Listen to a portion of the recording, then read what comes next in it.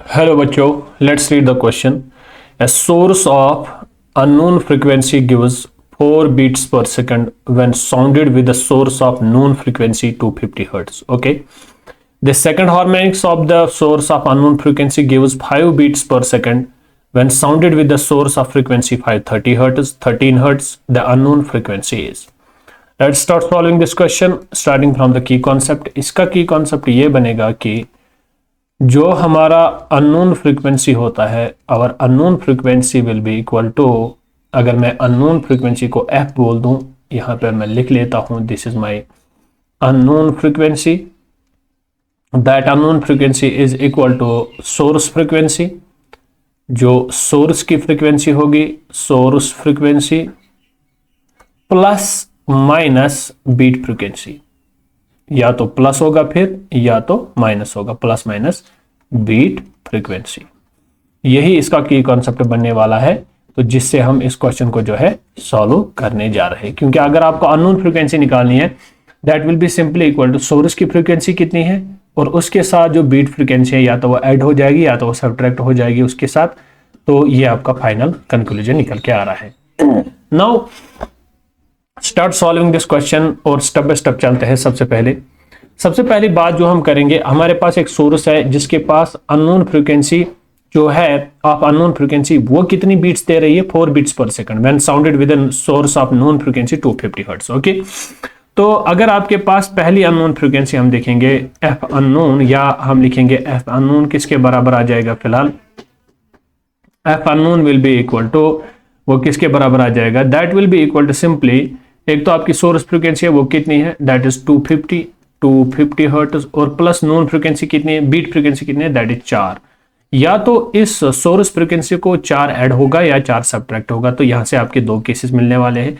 तो एक आपका ये निकलेगा, एक आपकी अननोन फ्रीक्वेंसी या तो 254 हर्ट्ज निकल सकती है, 254 हर्ट्ज निकलेगी, या तो एक ऑप्शन ये भी है कि 50-4 this will be equal to 246 hertz. दोनों ऑप्शन करेक्ट है. This is for source 1.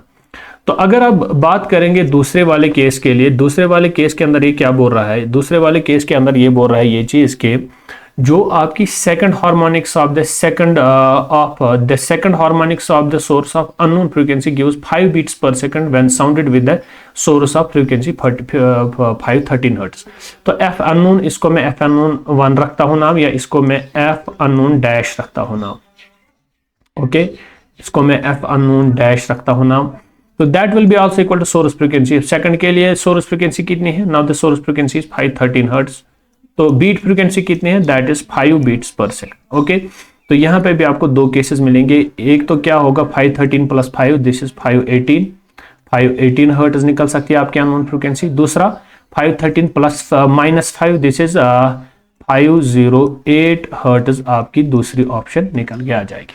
Now you have the 4 options of unknown frequency. एक तो आपका 254 है, दूसरा 246 है, तीसरा 518 है, चौथा 508 है. Now the point is, इन चारों में से सही कौन सा है, इन चारों में से सही कौन सा है. लेकिन यहां पे इस क्वेश्चन में ही ये बोल रहा है कि the second harmonics of the source of unknown frequency gives, the second harmonics of the source of unknown frequency gives, वो क्या दे रहा है आपको, वो आपको दे रहा है 5 बीट्स पर सेकंड. तो क्या मैं लिख सकता हूं कि एफ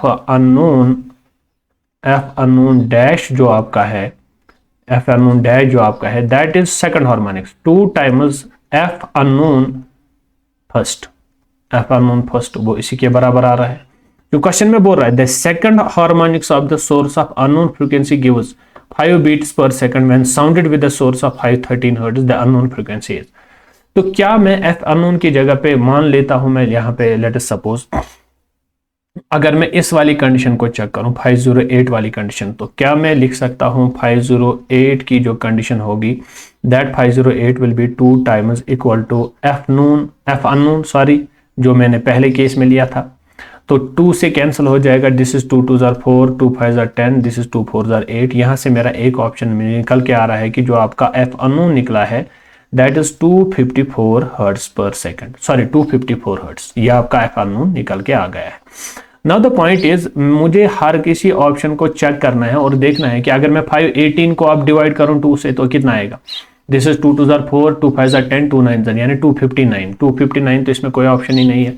अब अगर मैं 246 को देखूं, 254 को देखूं, इनको तो मैं रिलेट कर ही नहीं पाऊंगा। ये बोल रहा है कि जो सेकंड अननोन फ्रीक्वेंसी है that is equal to 2 times second harmonics of the first unknown frequency.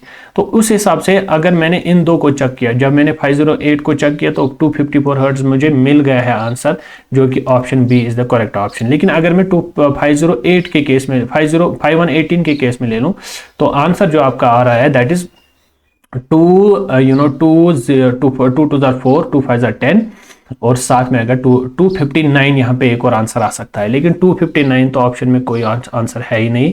तो इसका मतलब ये हुआ कि जो सही आंसर इस क्वेश्चन का बनने वाला है that is option B is the correct option of this question. Thank you.